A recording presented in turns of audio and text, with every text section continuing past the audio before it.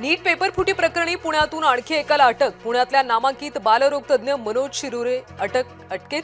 स्वतःच्या मुलासाठी नीटचा पेपर खरेदी केल्याचा आरोप। यंदा विधान परिषदेची जागा शिवसेनेला सोडू नका, भाजपच्या संभाजीनगर जालन्यामधल्या पदाधिकाऱ्यांची मागणी। खात्रीलायक सूत्रांची जय महाराष्ट्रला माहिती। सोलापूर विधान परिषदेच्या जागेवरून महाविकास आघाडीमध्ये वाद। सोलापूरची जागा काँग्रेसने लढवावी, काँग्रेस पदाधिकाऱ्यांची प्रदेशाध्यक्ष हर्षवर्धन सपकाळ यांच्याकडे मागणी।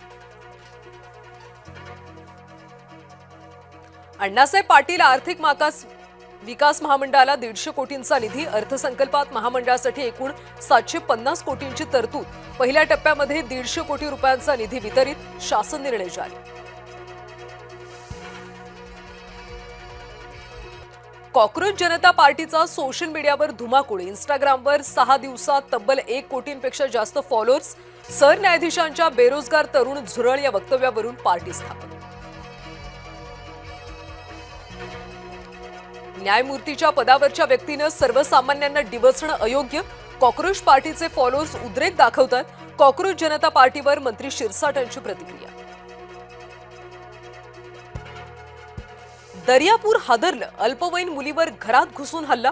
2 युवकांकडून मुलीवर धारदार शस्त्रानं वार। हल्ल्यामध्ये मुलीच्या मानेवर आणि हातावर गंभीर जखमा।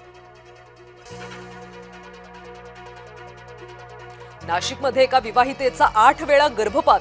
तो आमच्या जातीची नाही असं म्हणत मानसिक छळ केल्याचा दावा। पती सासू सासऱ्यांच्या विरोधात म्हसरूळ पोलिसात गुन्हा दाखल।